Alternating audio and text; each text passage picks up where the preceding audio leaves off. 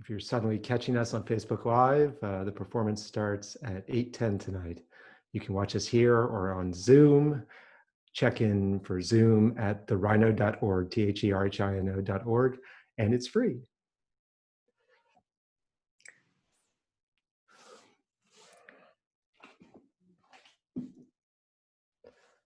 Okay, great. So we're recording? We are recording. Terrific. And let me just check this while we're at it. Test. You sound good? Good. Test. Sound good? Good.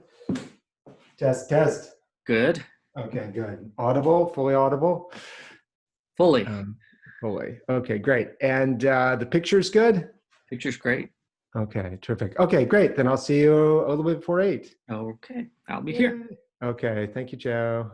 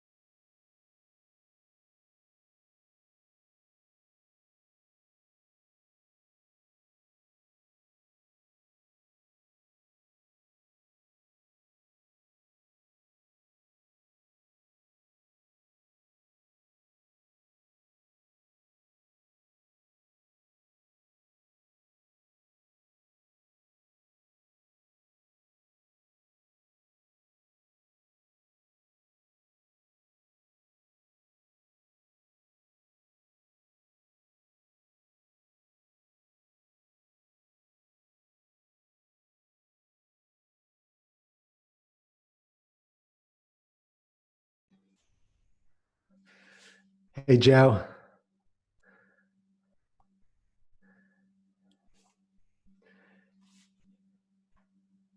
Hey there. Hey. So I just want to check my sound really quick. Sound is good. Let me just see. Okay, here we go. Okay, check, check, check. Yes, good. Okay, good. Back here. Check, check. Yep, good. Okay. And check, check. Good. Okay, good. Fully audible?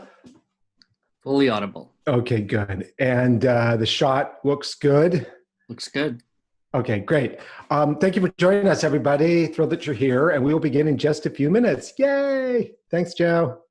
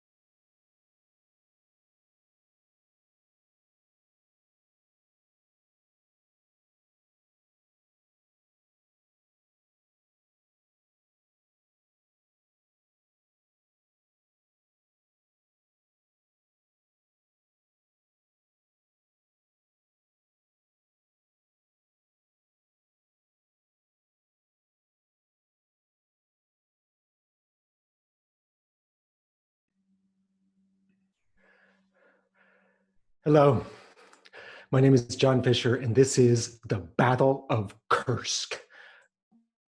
I met Dmitri in Volgograd, which we used to call Stalingrad. Stalingrad is a mythical city shrouded in myth. It's a modern mythical metropolis. Yes, I met Ivan in Stalingrad. Yes, that's where we both lived, and that's where we fell in love. In Russia, it is a mythical city, Stalingrad, because of the Battle of Stalingrad. This is where the Russians stopped the Germans. They were stopped cold.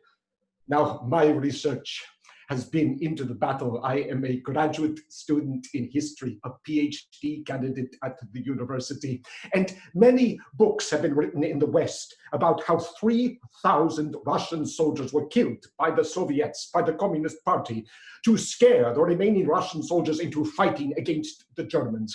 But I researched this and I discovered that it is not true. Only 300 Russian soldiers at Stalingrad, at the Battle of Stalingrad, were executed for cowardice. The rest of them fought to free Russia, Mother Russia, from the Germans. The Germans had invaded in 1941.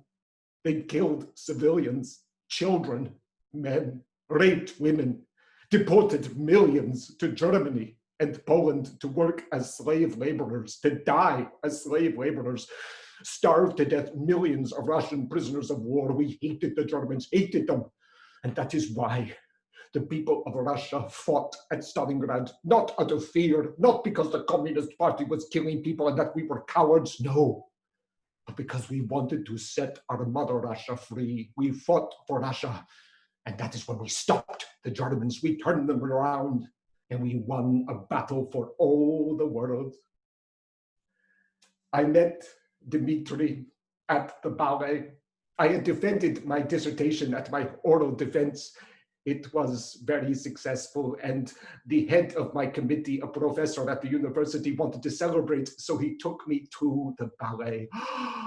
It was Spartacus, that wonderful communist era ballet from 1956, in which Spartacus, the slave in Rome, rises up against the Romans. And it had that wonderful, beautiful, sumptuous music by Khachaturian. It was divine. And Spartacus had the big pas de deux with his wife Phrygia. And there was that music, da da da, da da da, and he lifted up Phrygia, da da da da da da da da. And I looked down the aisle, and there was little Dmitri, hunched over with those big glasses of his, so enraptured. And I was in love. And I knew at that moment that I had to talk to him, that I had to approach him. So at intermission, I walked up to little Dmitri, and I said to him, I said, hello, my name is Ivan. Da da da, da da da, da da da da da da. Hey, it's me, it's John. Yeah. In 2016, Michael and I were headed off to Russia. We were so excited. We were going to Russia. You see, my whole life, I had been fascinated with Russia, with Moscow especially. I thought it was like this beautiful, mythical place. I wanted to see the capital, Moscow. And, you know, I'd grown up in the Cold War, right? So I've been like always told that the Russians were evil and the enemy, but I didn't believe it. They had all this great stuff, all this great music, these great plays, these great novels. I knew they must be cool. And my brother had the same obsession. He's one of the 2 students at my high school who studied Russian. I bet everybody teased him about that. I mean, what were they training him for? Like to be a spy? It didn't make any sense. But I never thought I'd saw it because, of course, when I was growing up, it was the Cold War. And everybody said there was going to be a big nuke exchange, like a nuke war, right? And, it, you know, Moscow would be flattened. On top of that, I'd be dead, you know. And, oh, I saw all those movies growing up. all those incredible Cold War movies like Fail Safe. That was so frightening. And the worst, the most horrifying was On the Beach, where you actually see San Francisco after the nukes. Like everybody's dead. They've all gone into their apartments, radiated and died. It was horrible. And those horrifying TV series like America with a K, with the Russians invading. And the day after, with all those missiles shooting up, it was like depicted. We were obsessed with it. It was weird. So finally, in 2016, we were still here. We hadn't been nuked. Moscow was still there. So we were off. We were ready. We were going. I was so excited with Michael, my lovely husband. Now, it wasn't easy. It wasn't easy because we had to get like a visa. And this visa cost like hundreds of dollars, right? And it was like ridiculous. We had to like put our passports in the mail and mail them to the Russians. And it was like, what? I was like, they're not going to give us our passports back. They're going to take them and sell them. It's like, bye-bye passport. Bye-bye, little blue passport, bye-bye. And we had this huge questionnaire, like this huge form to fill out. And Michael, it's like it didn't make any sense. The translation was so weird. So there's like all these YouTube videos, and Michael like studied the YouTube videos, and he figured out what everything was really asking us. If you get one wrong, it's like a test. You lose your money, you don't get to go. Now, there was one question that really worried me, and that was about professions, right? Now, Michael, it was easy enough because he worked for the public library, right? It's like, nobody cares about the public library. I mean, everybody loves the public library, even the commies, even Putin, everybody loves the public library, right? But what was I going to do? I mean, I'd heard all this stuff about how weird they could be about gay people. I mean, it was legal, but I heard that they could be really weird. So I was really scared to put down that I was like the artistic director of this queer theater. I thought they'd like look it up and they'd be like, no, we're going to keep your money and you don't get a visa. So I kind of lied. I had this micro job at teaching acting at University of California, Berkeley, right? And it's like micro, it was like that much of my income. But I wrote for occupation, I wrote that I worked for the University of California, Berkeley, that I was a teacher, yeah.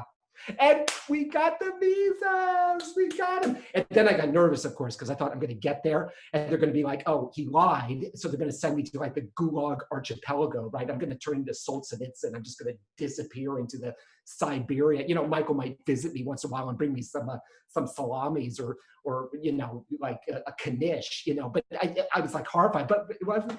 We were going. I was so excited. And of course, it was my summer vacation, and we were going in July.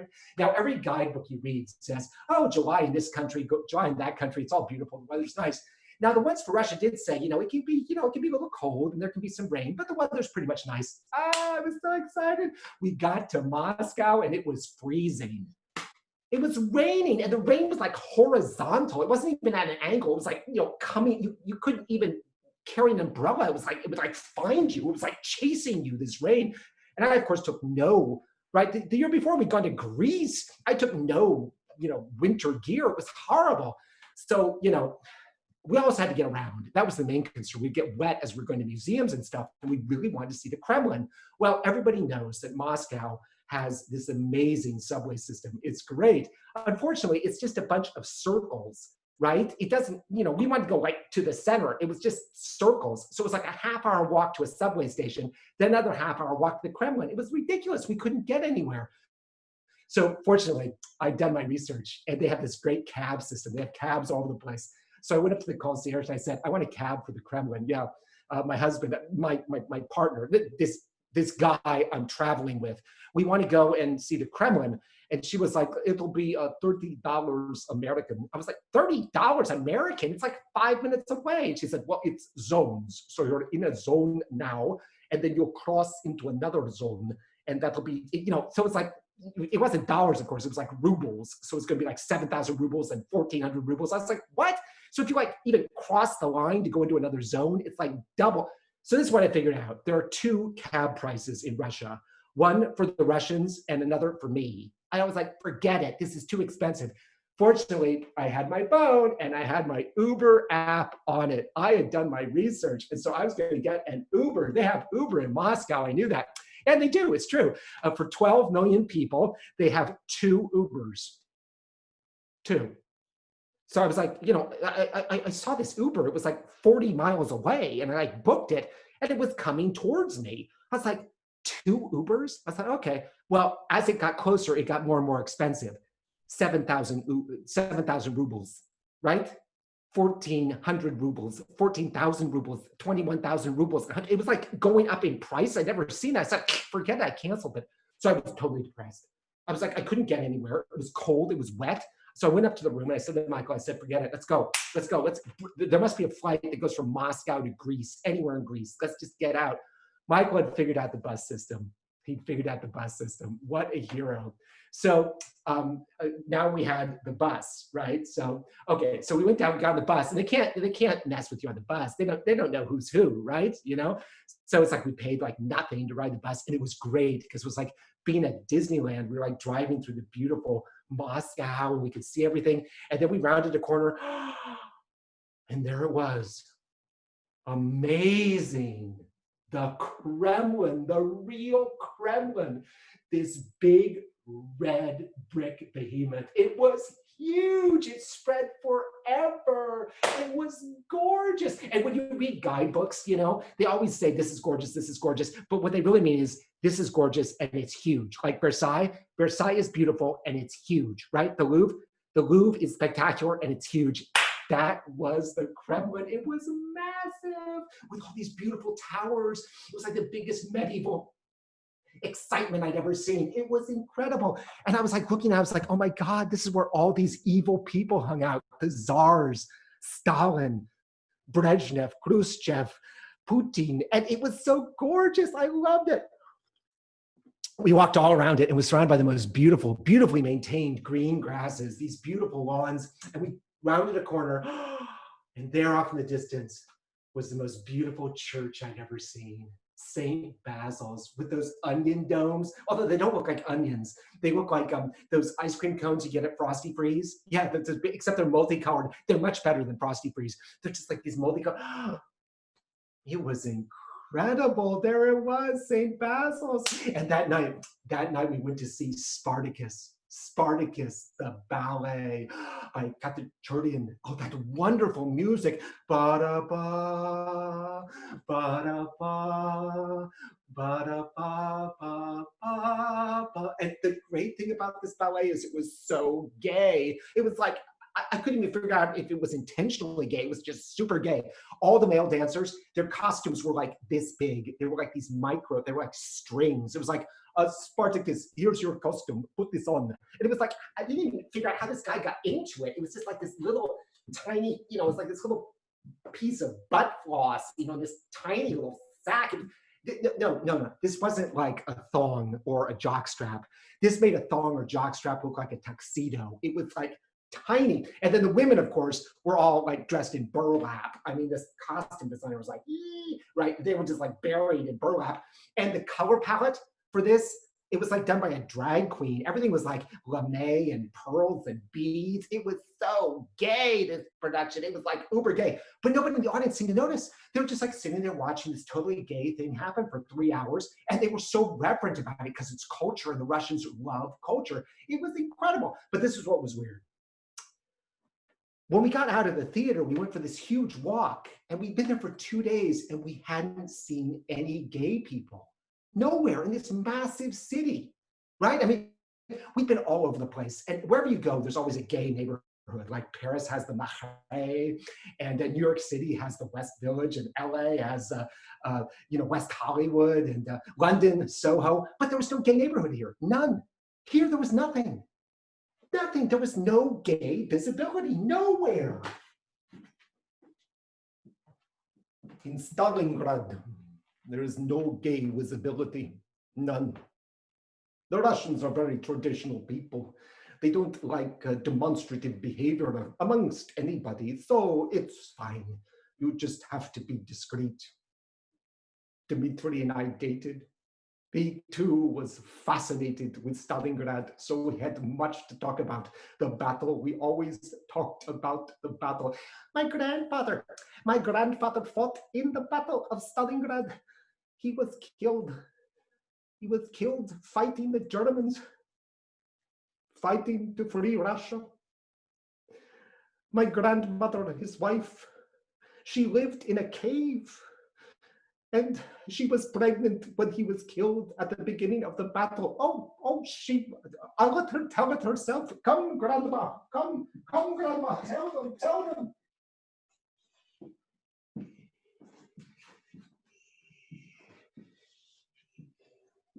I survived the Battle of Stalingrad.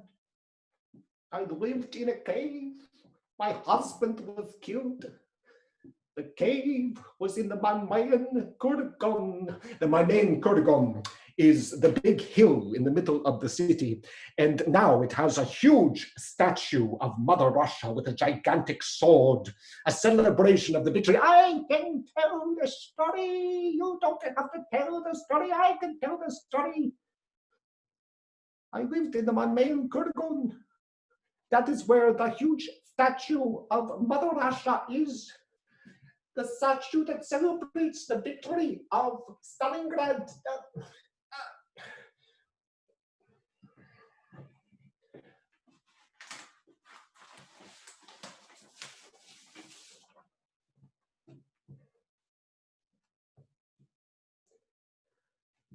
I survived the battle. When the Russians left, the Germans moved in. I was pregnant. The Germans are pigs. They destroyed everything. They killed everything that they didn't want. So I survived. I survived. It was horrible, terrifying. The Germans were pigs. They raped their way across the country. And when they were losing the battle and starving to death, they started to eat the dead bodies. And I became concerned because I'd given birth to Dmitri's father, just a little baby, and I thought they would eat the little baby, so I had to hide it and tell it to be quiet. Shh. Until the day they surrendered. The Germans formed these huge lines that snaked off into the distance, across the snow. And I sat there and I watched them and I thought, I hope you freeze. I hope you freeze. I hope they take you to Siberia and you all die. I hope you're worked to death. But the army came back. And it liberated Stalingrad. And the Germans, those pigs, they were defeated.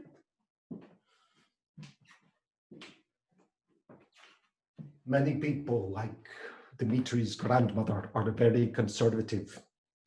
The Volgograders can be very conservative. But Dmitri and I, we went to the ballet. We went to the theater. Dmitri loved the ballet. He loved the theater. I don't like the ballet. You like the ballet. I like the theater. Oh, Dmitri, you love the ballet. I don't like the ballet. I never liked the ballet. Oh, Dmitri, you love it. I don't like the ballet.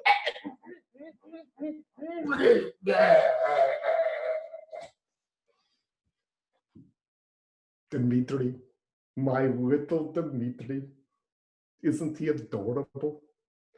We lived together, and that's when I discovered his cheeks, his beautiful little cheeks.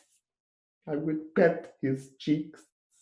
My little Dmitri, my partner, one day, my husband. Yes. Oh. And then one day, I was headed home from school. I was headed home from the university and I was late and I saw my bus pulling away and I was running for it thinking, Ivan, you idiot, how can you be so late? And I was running for my bus and it pulled away, so I missed it. I would have to take the next bus, which was right there, but it did not go directly to my house. I would have to walk quite a ways, but it was fine. I just wanted to get home to Dmitri. And I got on the bus and I was walking towards the back of the bus when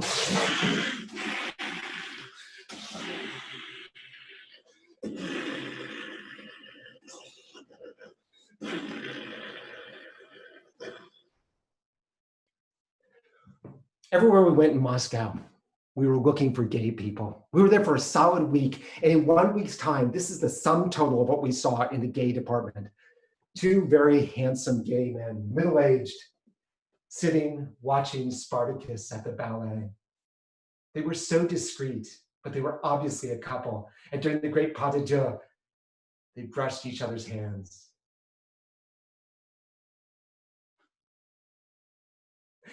On the Novi Arbaat, one of the great boulevards of Moscow, two lesbians walking down the street with their arms around each other in black leather, studs and chains and torn black jeans, and they kept kissing each other and grabbing each other, and they felt no shame. A big gay guy, a muscle queen with his big pecs and his pink and red tight muscle shirt, and across it said Castro. We saw this in the Arbot. It said Castro, and I was so happy. San Francisco, the Castro, a tribute to my own neighborhood on a gay guy in Moscow. And then a friend of mine pointed out when I got back that it might have been a reference to Fidel. And then this was completely amazing, a completely gorgeous transgender prostitute flagging cars in front of the White House at commute time. Beautiful she was, flagging cars in front of the White House. Now their White House is their Congress. That's like their capital. That's like the center of everything. That's where the Congress meets, the Senate meets. It's incredible. You remember this building because when the communists tried to seize the government back from Gorbachev, right? During Glasnost, Perestroika, they tried to seize it back, and Boris Yeltsin showed up with the tanks and he fired them into the White House. That's their Senate building. That's their capital. And there was this gorgeous transgender working it in front of the White House. I couldn't believe it, but that was it. That's all we saw. In a city this size, we're used to seeing gay people everywhere. Where were they? We couldn't find them. That's all we saw the whole time we were there.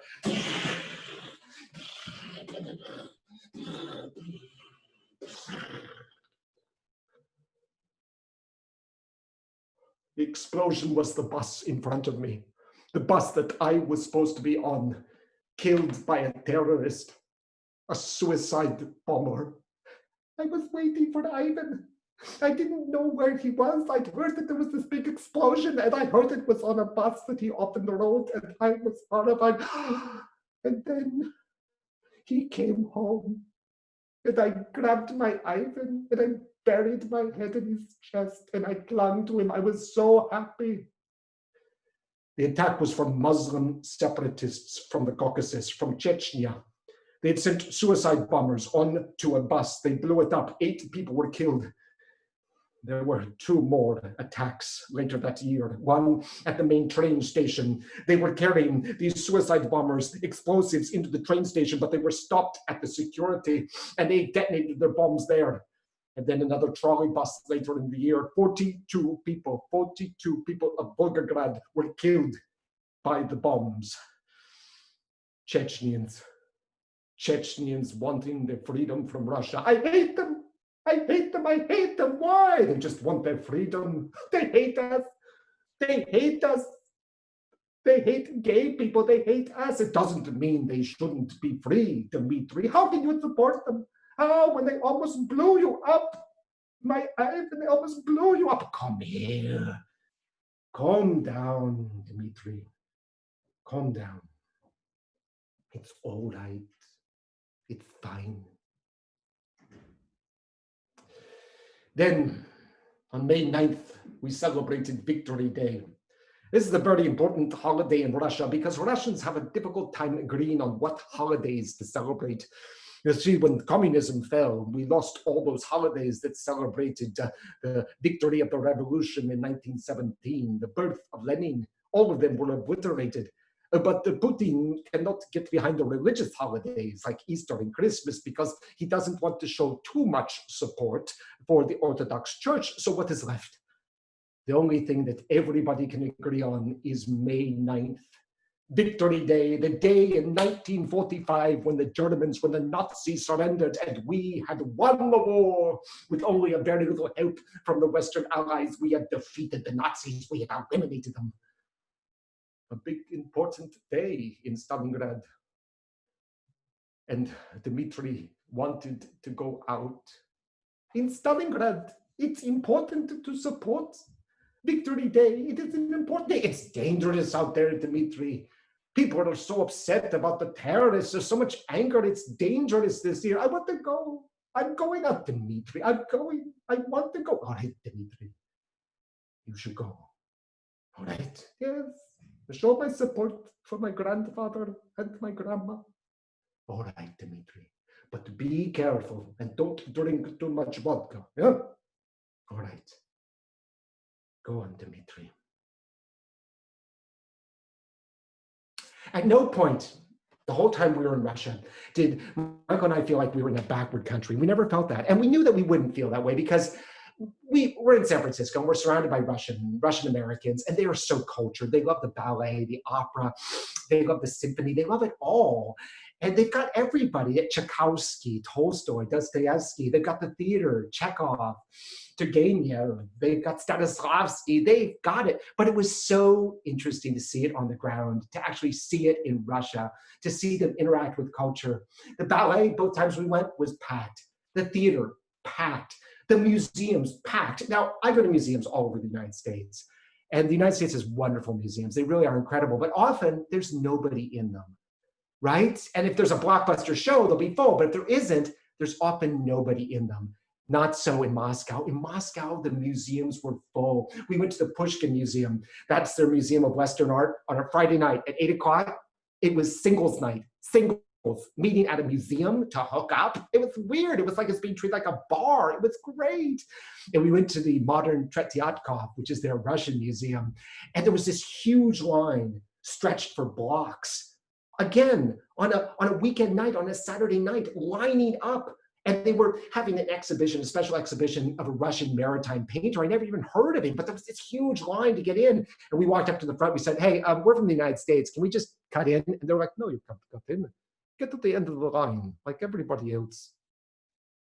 And right next to this museum is the most amazing thing, is a statue graveyard. This is like an exhibition, an open air exhibition of all of these fallen leaders, right? These disgraced leaders like Stalin, they're statues of them outside. And people like to look at these things because they're funny. It's funny to think that these people were ever worshipped.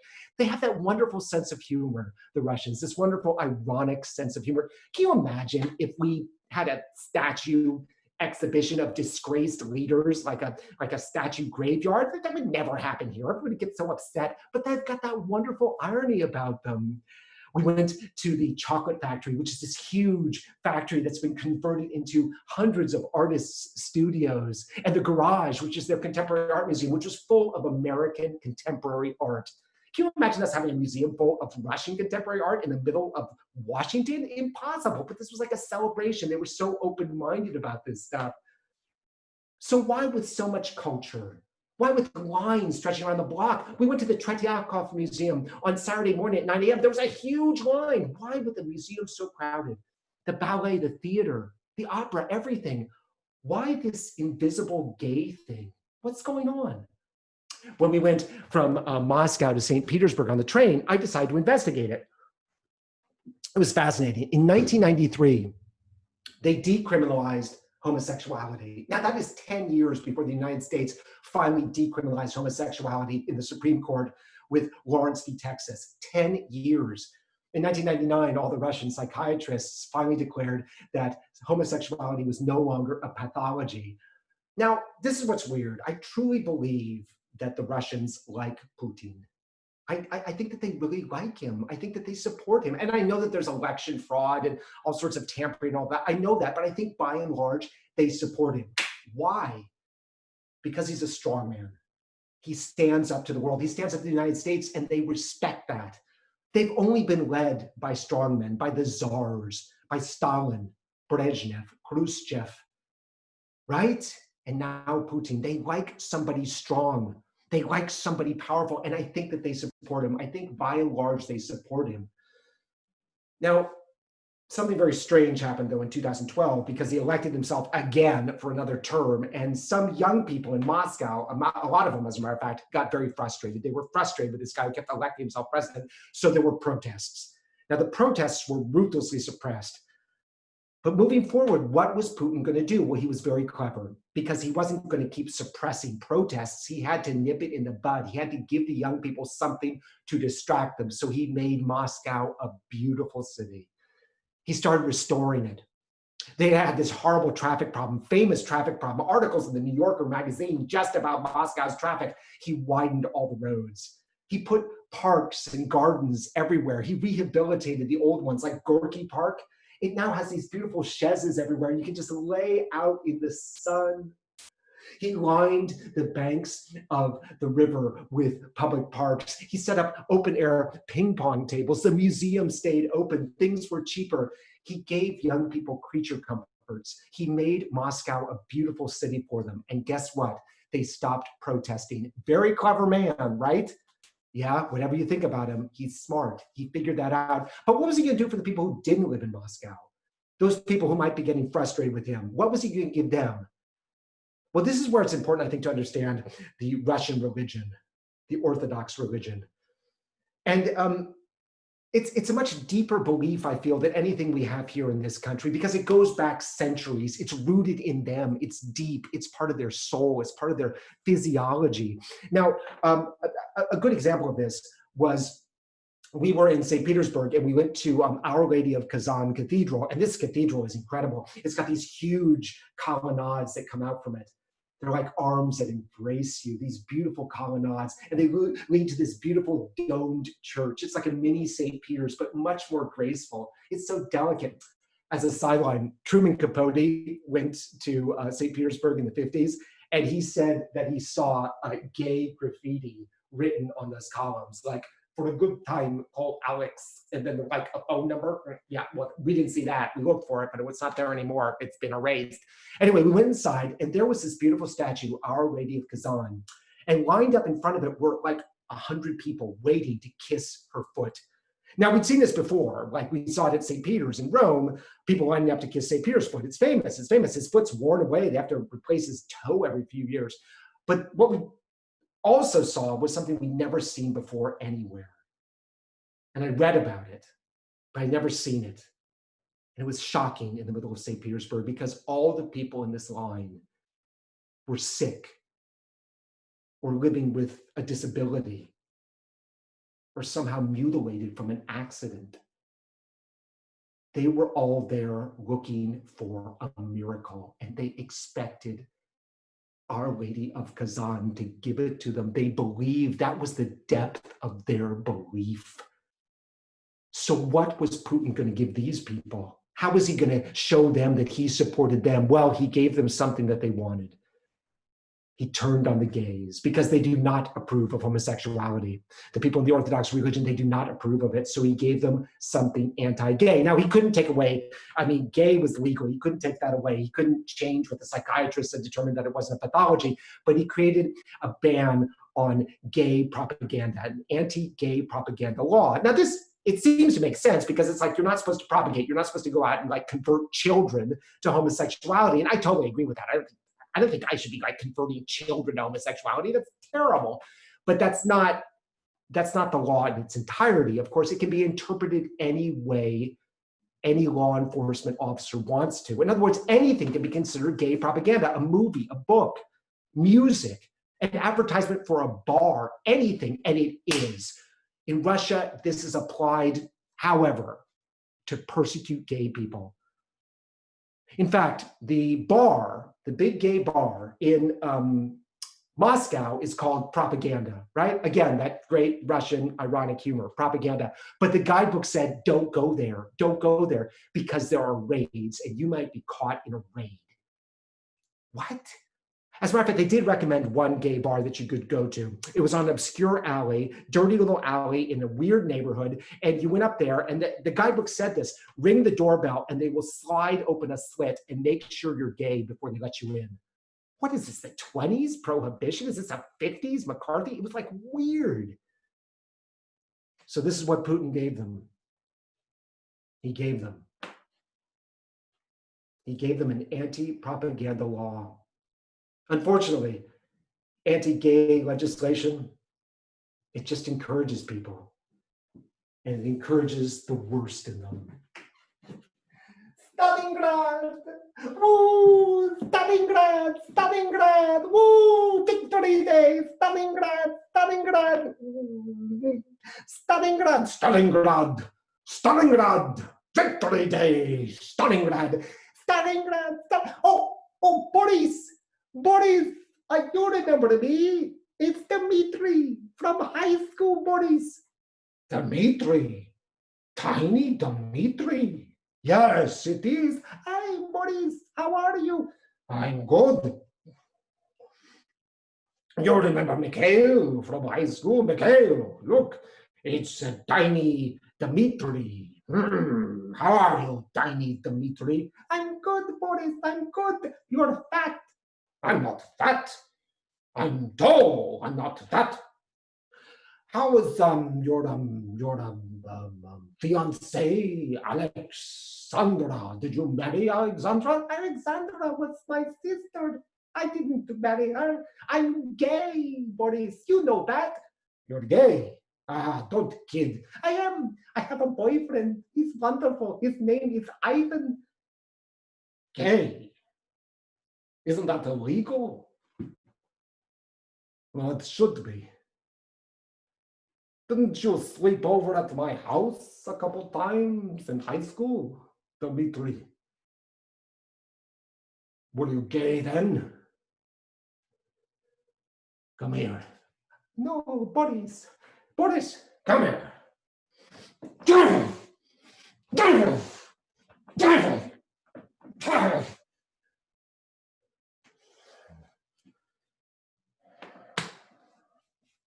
Give me that bottle.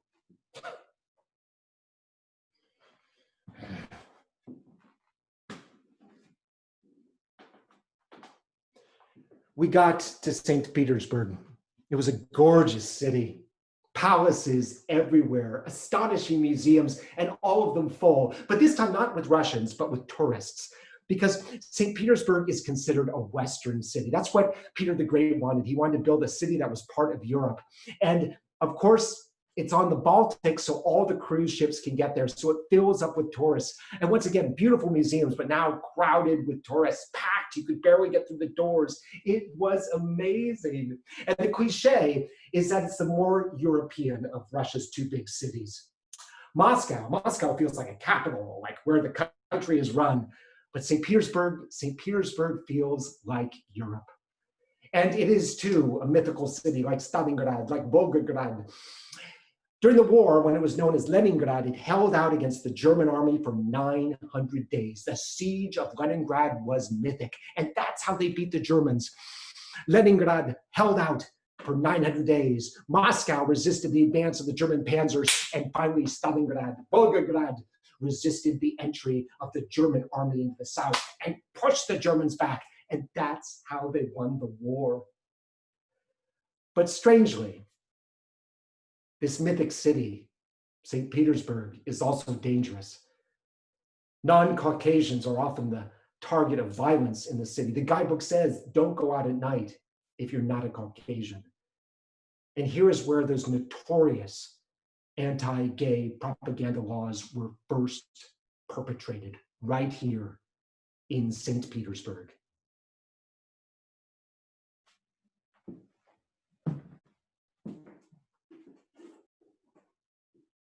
In 2013, the year I met Dmitri, the world blew up for me.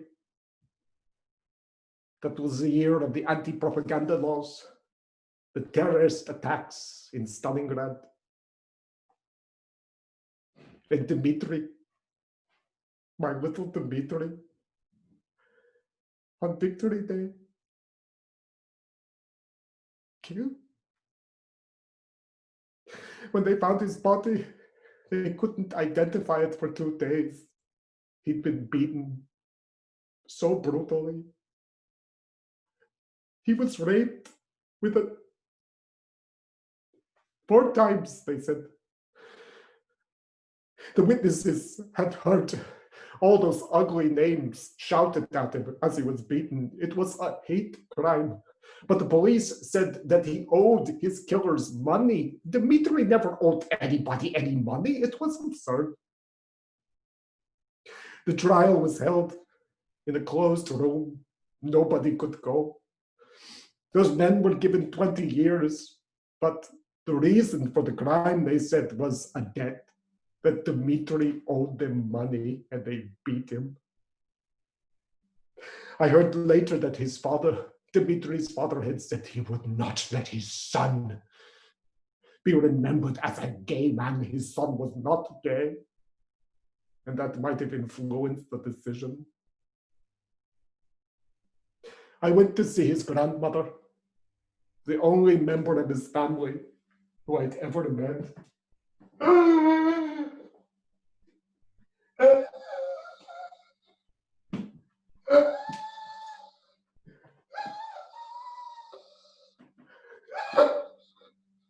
My Dmitri, my only grandson, you killed him.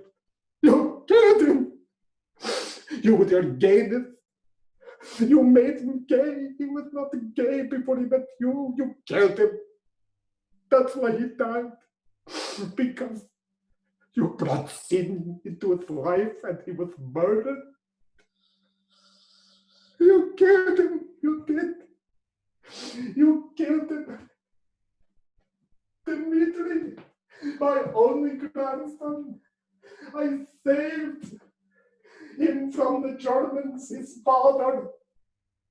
And now he's dead.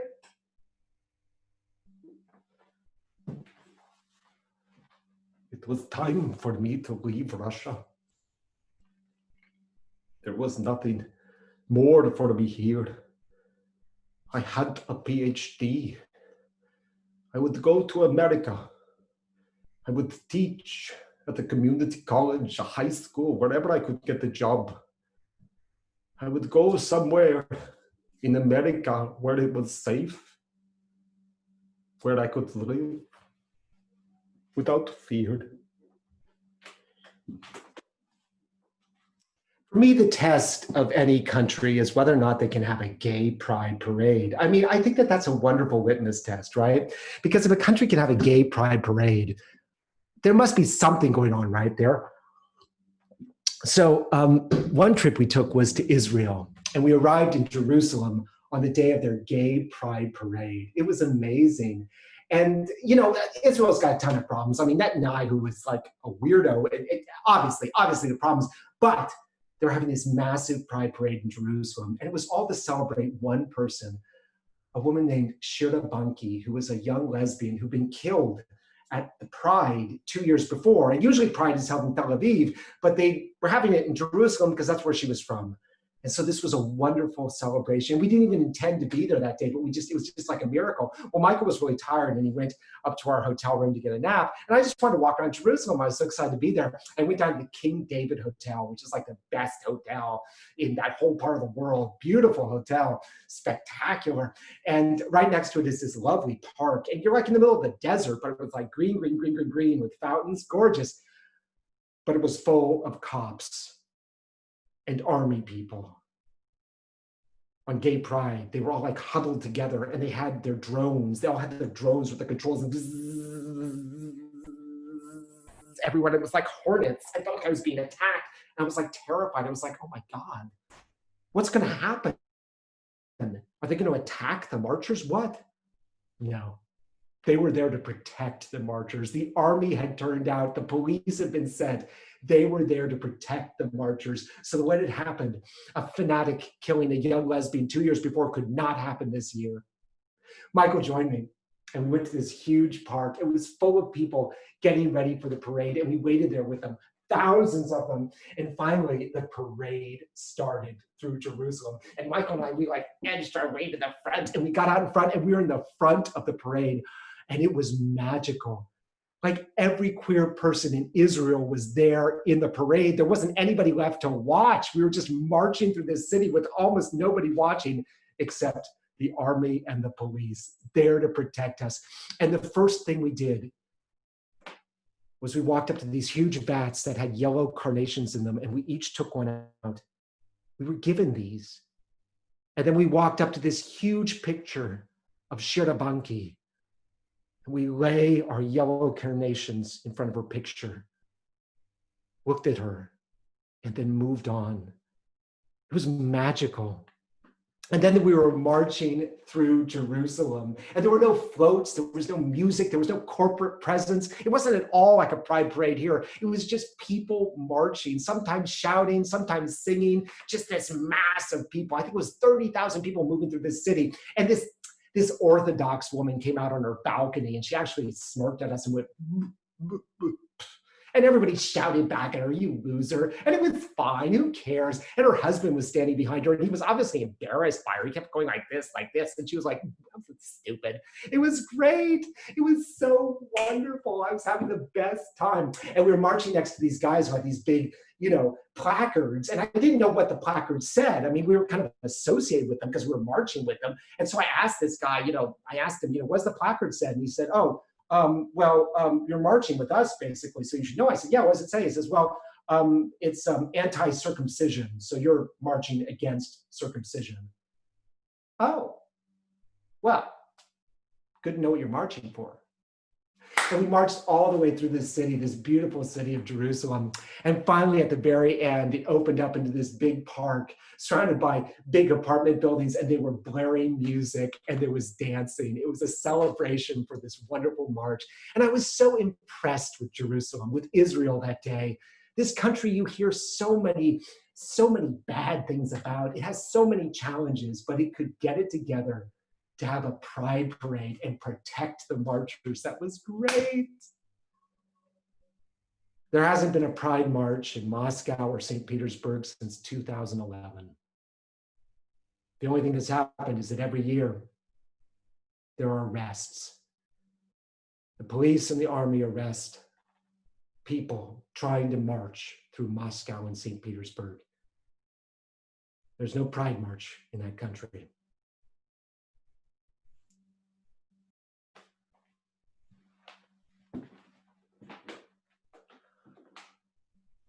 When I teach the students history and we get to World War II, the favorite part for the boys in my high school class where I teach in Massachusetts, the favorite part for the boys in this private school is the Battle of Kursk.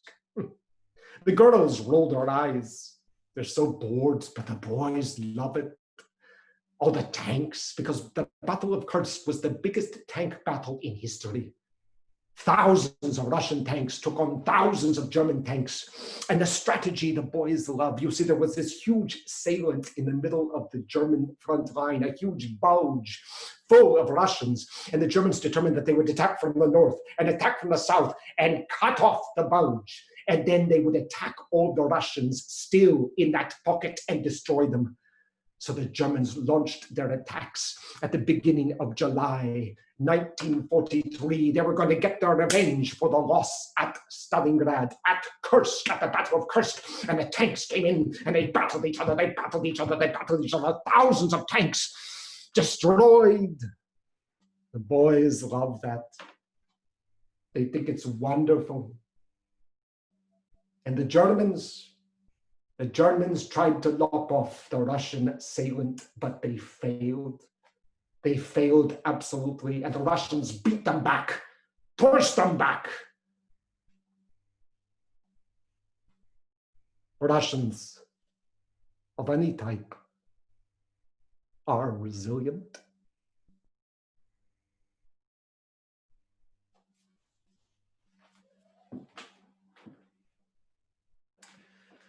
Thank you so much for joining me. My name is John Fisher, and this has been the Battle of Kursk. FYI, the story of the young man being killed in Volgograd, Stalingrad, is true. This happened in 2013 at the time of the heating up of the anti-propaganda laws, the anti-gay laws in Russia, and he was killed. And he in Russia has become sort of a Matthew Shepard. The details of his life I made up, but the young man killed for being gay, beaten to death. It's a grisly story that you can read about in the newspapers online, is true.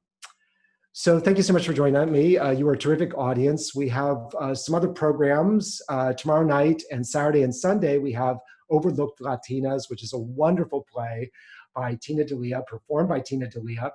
And that is playing online, and you can buy tickets for it on our website, therhino.org, and you learn about all these wonderful Latina stars and how they've gotten some kind of shabby treatment in Hollywood, but it's actually a comedy and quite uplifting. I can't recommend it enough. And next week, I'll be back with another solo show. This one is called Gay Pilgrims for Thanksgiving. I will be performing on Wednesday so that we can all enjoy our turkey dinner. So check back with me for the Essential Service Project of next week, Gay Pilgrims, on Wednesday at 8, right here on Zoom and Facebook Live.